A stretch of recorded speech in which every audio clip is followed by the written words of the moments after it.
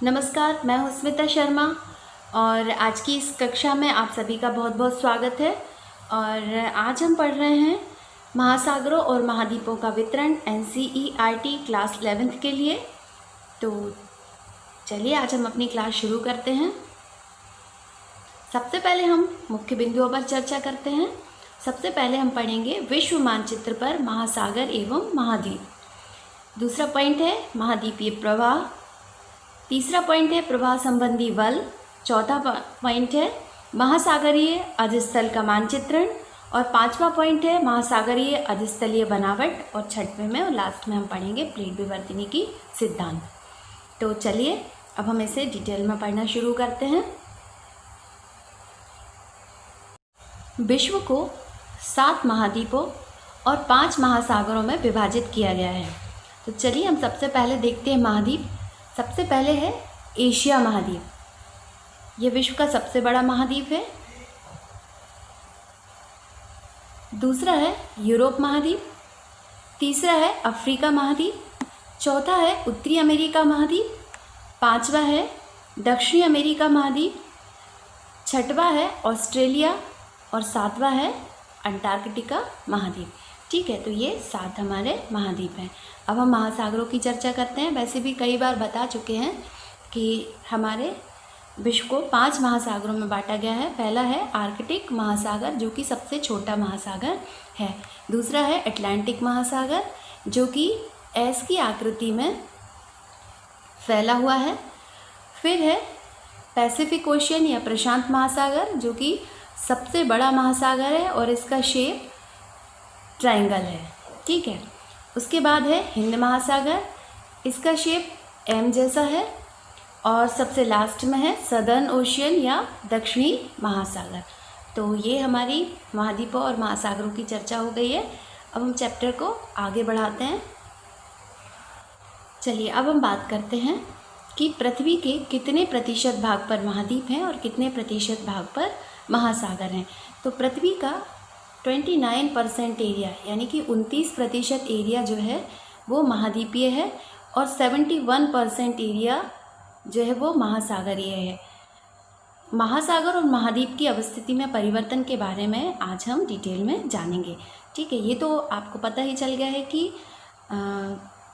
पृथ्वी के कितने प्रतिशत भाग पर महाद्वीप फैले हुए हैं और कितने प्रतिशत भाग पर महासागर फैले हुए हैं। तो ये आप अच्छे से लर्न कर लीजिएगा। चलिए अब हम शुरुआत करते हैं महाद्वीपीय प्रवाह सिद्धांत से। सर्वप्रथम सन 1596 में एक डच मानचित्रवेत्ता अब्राहम आर्टेलियस ने महाद्वीपीय प्रवाह संभावना को व्यक्त किया। जैसे आप वीडियो में समझ सकते हैं कि महाद्वीपों में किस तरह से प्रवाह हुआ है।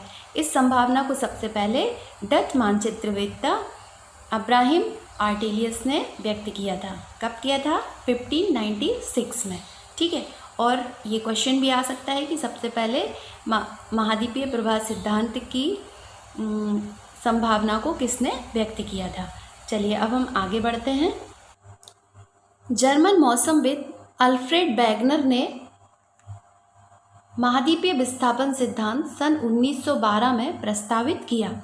यह सिद्धांत महाद्वीप और महासागरों के वितरण से संबंधित था। इस सिद्धांत की आधारभूत संकल्पना सभी महाद्वीप और भूखंड जुड़े हुए थे। इस सिद्धांत की आधारभूत संकल्पना थी कि पृथ्वी पर आज जितने भी भूखंड हैं जो अलग अलग हैं वो सब पहले आपस में जुड़े हुए थे, जैसा कि इमेज की सहायता से दिखाया है। Eurasia, north America, Africa, south America, India, Australia, ये सब पहले आपस में एक भूखंड के रूप में जुड़े हुए थे। अल्फ्रेड वेगनर ने ये जो आपस में भूखंड जुड़े हुए थे उनको पैंजिया नाम दिया। ठीक है, और जो महासागर था जिसके बीचों बीच ये पैंजिया फैला हुआ था उसको पैंथालासा नाम दिया। ये जो पैंजिया है, पैंजिया का अर्थ होता है संपूर्ण पृथ्वी। ठीक है, ये जो पैंजिया वाला भाग था इसको संपूर्ण पृथ्वी नाम दिया गया। और जबकि पैंथालासा है इसका अर्थ होता है जल ही जल। कालांतर में यह पैंजिया 2 भागों में टूट गया। पहला भाग कहलाया लॉरेशिया और दूसरे वाले भाग को कहते हैं गोंडवाना लैंड। इमेज की सहायता से हम फिर समझेंगे कि ये जो पैंजिया था, जो सारे महाद्वीप एक साथ जुड़े हुए थे, धीरे धीरे इनमें विघटन शुरू हुआ। ठीक है, इसके उत्तरी भाग को लॉरेशिया और दक्षिणी भाग को गोंडवाना लैंड का कहा गया। धीरे धीरे इनमें विघटन ज़्यादा हुआ, फिर यह तेज़ी से टूटने लगे। ठीक है, ये देखिए ये टूट रहे हैं। उसके बाद वर्तमान में इनकी स्थिति कुछ ऐसी है, ये कई टुकड़ों में आगे चलकर बट गए। जो अभी हमने इतना पढ़ा है, इससे भी कई छोटे छोटे क्वेश्चन बन सकते हैं, जैसे महाद्वीपीय विस्थापन सिद्धांत का प्रतिपादन किसने किया, महाद्वीपीय विस्थापन सिद्धांत का प्रतिपादन कब किया गया, वैगनर कौन थे। ठीक है, तो इस तरह से छोटे छोटे 1 या 2 नंबर के क्वेश्चंस आपको आ सकते हैं, तो आप तैयार करके रखिएगा।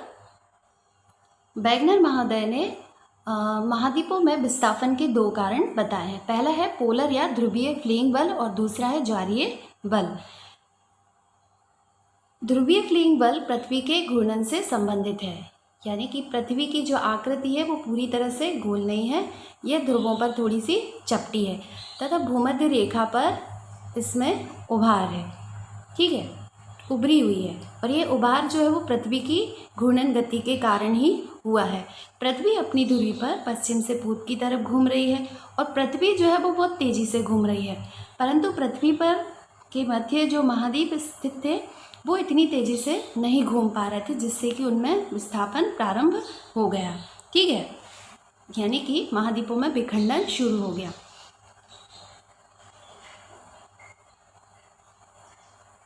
दूसरा है ज्वारीय बल। सूर्य व चंद्रमा के आकर्षण से संबंधित है।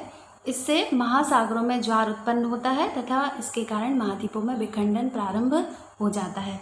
तो ये था हमारा महाद्वीपीय विस्थापन सिद्धांत के कारण, और वैगनर ने इसके 2 बल बताए थे। पहला था पोलर या ध्रुवीय फ्लीइंग बल और दूसरा था ज्वारीय बल। ये क्वेश्चन हो सकता है कि आपको 30 शब्दों में आ जाए। चलिए अब हम पढ़ते हैं संवहन धारा सिद्धांत। 1930 के दशक में आर्थर होम्स ने मेंटल भाग में संवहन धारा के प्रभाव की संभावना व्यक्त की। है हमारी पृथ्वी की आंतरिक संरचना है, जिसमें सबसे पहले है ऊपरी भाग जो है भूप्रपर्टी है, और जैसे जैसे हम अंदर जाते जाते हैं तो पृथ्वी का तापमान बढ़ता चला जाता है। फिर उसके बाद आता है मेंटल, और फिर सबसे अंदर है क्रोड। तो जैसे जैसे हम नीचे जाते हैं तो यह पृथ्वी का तापमान बढ़ता चला जाता है। ठीक है, और पृथ्वी जो है उसकी आंतरिक अवस्था जो है वो पिघली हुई है, इसीलिए हम कहते हैं कि सियाल जो है वो सीमा पर तैर रहा है। ठीक है, अब आगे पढ़ते हैं कि रेडियो एक्टिव तत्वों से उत्पन्न ताप और भिन्नता से मेंटल भाग में उत्पन्न होती है। रेडियो एक्टिव तत्वों से उत्पन्न जो तापीय भिन्नता है वो ये वाला जो भाग है इस मेंटल वाले भाग में उत्पन्न होती है। होम्स ने तर्क दिया है कि पूरे मेंटल भाग में इस प्रकार की धाराओं का तंत्र है, और यह उन प्रवाह बलों की व्याख्या प्रस्तुत करने का प्रयास है। यानी कि आर्थर होम्स का कहना है कि पृथ्वी के अंदर जो मेंटल वाला पोर्शन है उसमें संवहन धाराएं चलती रहती हैं, और संवहन धाराओं के चलने से प्लेट्स में भी मूवमेंट शुरू हो जाता है, और जब प्लेट्स में मूवमेंट होता है तो महाद्वीपीय प्रवाह प्रारंभ हो जाता है। तो यही है संवहन धारा सिद्धांत। चलिए अब हम पढ़ते हैं महाद्वीपीय अधस्थल का मानचित्रण। द्वितीय विश्व युद्ध के बाद महासागरीय स्थल के विषय में विस्तृत जानकारी प्रस्तुत की गई और दिखाया गया कि अधस्थली में जलमग्न पर्वतीय कटके, ठीक है, जलमग्न पर्वतीय कटके व गहरी खाइयाँ हैं। यह मध्य महासागरीय कटके ज्वालामुखी उद्गार के रूप में सक्रिय हैं। ठीक है, यह मानचित्रण है, और यहाँ से महासागरीय सीमा शुरू हो जाती है, और इसी के अंदर, ठीक है, महासागरीय कटक का मतलब होता है महासागरीय पर्वत, जो कि महासागरों से ऊपर की ओर उठा हुआ भाग होता है, इसी को हम महासागरीय कटक कहते हैं। और कई गहरी खाइयाँ जो कि महासागरों में अंदर की तरफ गहरी हैं, ट्रंच हैं, उन्हें हम खाइयाँ कहते हैं। मध्य महासागरीय अधस्थल की बनावट। मध्य महासागरीय अधस्थल की बनावट को 3 भागों में बांटा गया है। पहला है महाद्वीपीय सीमा। महाद्वीपीय सीमा जो है यह महाद्वीपीय किनारे और गहरे सागरीय बेसिन के बीच के भाग है। महाद्वीपीय मग्न तट, महाद्वीपीय मग्न ढाल, महाद्वीपीय उभार, गहरे महासागरीय खाड़ियाँ इसमें शामिल हैं। जो महाद्वीपीय सीमा है ये महाद्वीपीय किनारों से शुरू हो जाती है। इसमें गहरे महासागरीय बेसिन भी सम्मिलित हैं, ठीक है, और महाद्वीपीय ढाल भी सम्मिलित हैं। महाद्वीपों पे जो महासागरों में जो उभार आते हैं जिन्हें हम कटक कहते हैं वो भी इसमें सम्मिलित है। साथ में ही महाद्वीपीय जो महासागरीय जो ट्रंच हैं, खाड़ियाँ हैं, वो भी इसमें सम्मिलित की जाती हैं, ठीक है। चलिए अब हमारा दूसरा पॉइंट है वितलीय मैदान। यह मैदान विस्तृत महाद्वीपीय तटों व मध्य महासागरीय कटक के बीच पाए जाते हैं। वितलीय मैदान वह क्षेत्र है जहाँ महाद्वीपों से लाए गए अवसाद इनके तटों से दूर निक्षेपित होते हैं। कहने से तात्पर्य है कि महाद्वीपीय जो मैदान है वो समुद्र में काफ़ी गहराई पर होते हैं तथा यह महाद्वीपीय तटों व कटकों के मध्य वाला भाग होता है। यहाँ पर भी जो महाद्वीपों से जो नदियों द्वारा लाए गए अवसाद है वो यहाँ पर निक्षेपित कर दिए जाते हैं, ठीक है। तो इस तरह से ये है हमारे वितलीय मैदान। चलिए अब हमारा तीसरा बिंदु है मध्य महासागरीय कटक। मध्य महासागरीय कटक आपस में जुड़े हुए पर्वतों की एक श्रृंखला बनाती है। महासागरीय जल में डूबी हुई यह पृथ्वी के धरातल पर पाई जाने वाली संभवतः सबसे लंबी पर्वत श्रृंखला है। ये देखिए, यह है मध्य महासागरीय कटक जो कि एस के शेप में बनी हुई है, ठीक है। यह उत्तरी अमेरिका, दक्षिणी अमेरिका, यूरोप और अफ्रीका के मध्य अटलांटिक महासागर में स्थित है। इन कटकों के मध्यवर्ती शिखर पर एक प्रभाजक पठार है। इसकी लंबाई के साथ साथ पार्श्व मंडल की भी इसकी विशेषता होती है। मध्यवर्ती भाग में उपस्थित वास्तव में सक्रिय ज्वालामुखी वाले क्षेत्र हैं। मध्य महासागरीय कटक जो है वो सक्रिय ज्वालामुखी वाले क्षेत्र हैं। मध्य महासागरीय कटक का जो निर्माण है वो प्लेटों के अपसरण के कारण उत्पन्न होता है। प्लेट जो है वो एक दूसरे की विपरीत दिशा में जब खिसकती हैं तो मध्य महासागरीय कटक यहाँ पर क्या होता है, एक टेंशन तनाव की स्थिति उत्पन्न हो जाती है जिससे कि बीच में दरार पड़ती है और इसका संबंध मेंटल से होने के कारण मेंटली भाग से यहाँ पर लावा आने लगता है, ठीक है। जब यहाँ पर लावा आता है तो लावा के आने से इस कटक का निर्माण होता है, आता जाता है लावा और कटक का निर्माण होता चला जाता है, ठीक है। चलिए तो अब हम शुरू करते हैं प्लेट विवर्तनिकी सिद्धांत। टुजो विल्सन ने 1965 में सबसे पहले प्लेट शब्द यूज़ किया, ठीक है। प्लेट विवर्तनिकी, प्लेट टेक्टोनिक्स, इसका अर्थ होता है प्लेटों का आपस में रगड़ना या प्लेटों का आपस में टकराना, ठीक है। प्लेट विवर्तनिकी सिद्धांत के अनुसार माना जाता है जो स्याल है वो सीमा पर तैर रहा है। हमने जब पृथ्वी की आंतरिक संरचना के विषय में पढ़ा था तब सबसे पहले सबसे ऊपर जो होता है भूपटल, उसको हम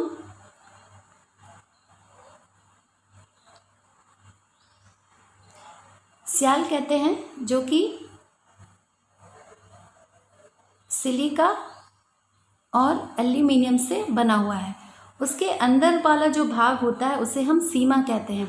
सीमा जो कि सिलिका और मैग्नीशियम से बना हुआ है, ठीक है। तो स्याल जो है वो कठोर भूवर्ण खंड का भाग है और सीमा जो है वो मेंटल का पिघली अवस्था वाला भाग है, इसीलिए हम कहते हैं स्याल सीमा पर तैर रहा है, ठीक है। उसी पर आधारित प्लेट विवर्तनिकी सिद्धांत के विषय में आज हम विस्तार से जानेंगे। सागरीय विस्तार अवधारणा के पश्चात विद्वानों की महाद्वीप और महासागर के वितरण के अध्ययन में रुचि उत्पन्न हुई। हम सबसे पहले वैगनर महोदय को थैंक यू बोलना चाहेंगे क्योंकि उन्हीं ने महाद्वीपीय विस्थापन सिद्धांत की शुरुआत की थी और उसी को लेकर आगे कई वैज्ञानिकों ने कार्य करना प्रारंभ किया और आज जाकर हम प्लेट विवर्तनिकी सिद्धांत पर पहुंचे हैं जो कि पूरी तरह से ऑथेंटिक है। सन 1967 में मैकेंजी, पार्कर और मॉर्गन ने स्वतंत्र रूप से प्लेट विवर्तनिकी सिद्धांत का प्रतिपादन किया, ठीक है। चलिए तो हम आगे बढ़ते हैं। प्लेट विवर्तन के सिद्धांत के अनुसार पृथ्वी को 7 बड़ी प्लेटों में और कुछ छोटी प्लेटों में बांटा गया है। तो चलिए हम 7 बड़ी प्लेटें देखते हैं। सबसे पहले है अंटार्कटिक प्लेट। अंटार्कटिक प्लेट में अंटार्कटिक और इसके चारों ओर के महासागरीय भाग को सम्मिलित किया जाता है। उसके बाद है उत्तरी अमेरिकी प्लेट। उत्तरी अमेरिकी प्लेट में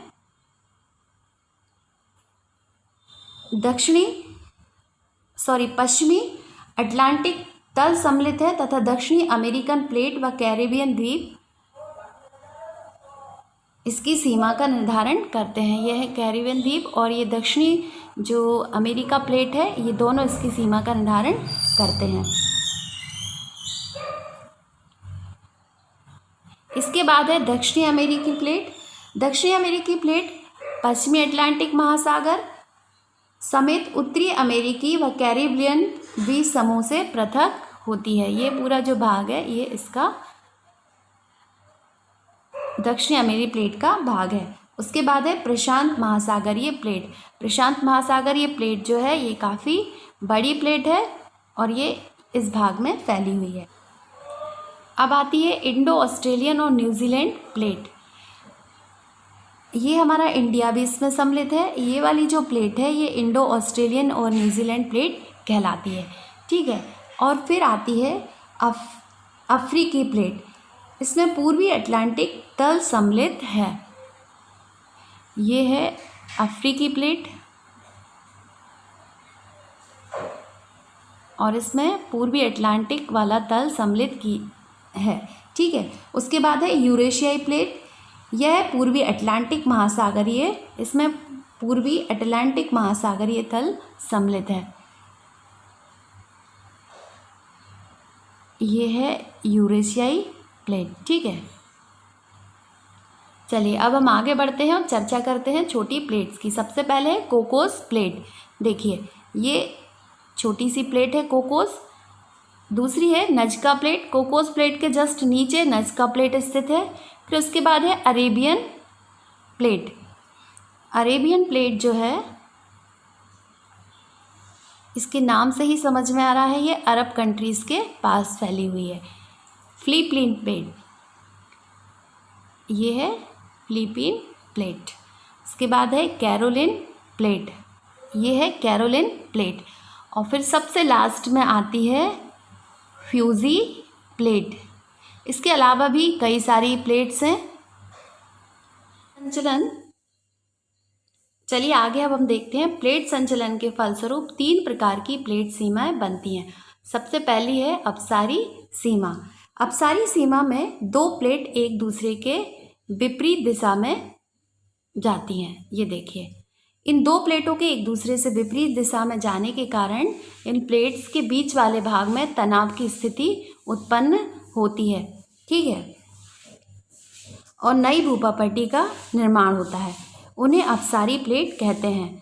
जब 2 प्लेट्स एक दूसरे की विपरीत दिशा में जाती हैं, एक दूसरे से अलग हटती हैं, तो नई भूपट्टी का निर्माण होता है। इसे अपसारी प्लेट कहते हैं। और नई भूपट्टी का निर्माण होने के कारण इसे रूपांतरण प्लेट भी कहा जाता है, ठीक है। अपसारी प्लेट का सबसे अच्छा उदाहरण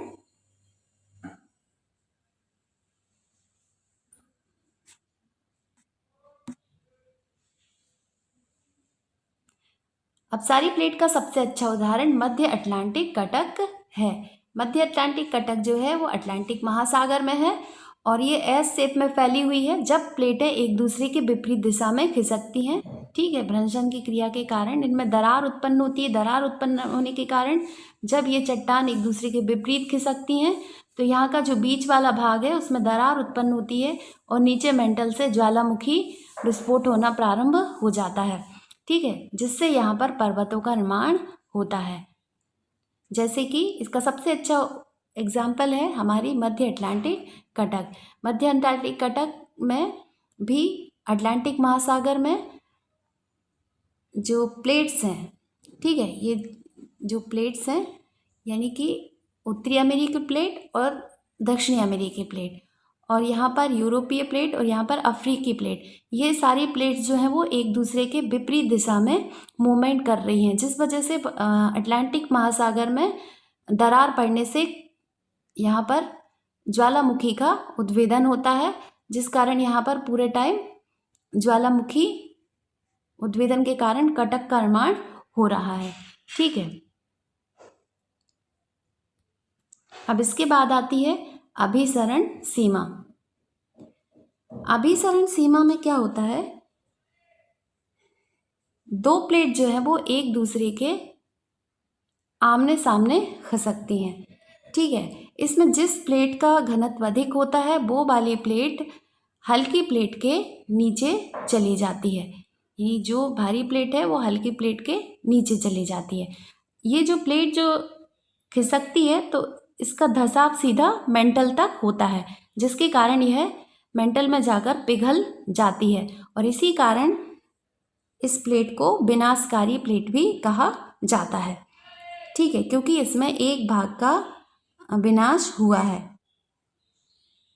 और फिर उसके बाद जो लावा है, जहाँ पर अधिक मात्रा में बढ़ता चला जाता है बार बार अभिसरण के कारण, फिर यह कमज़ोर प्लेट से ज्वालामुखी के द्वारा ऊपर आता है और फिर पर्वतों का निर्माण होता है।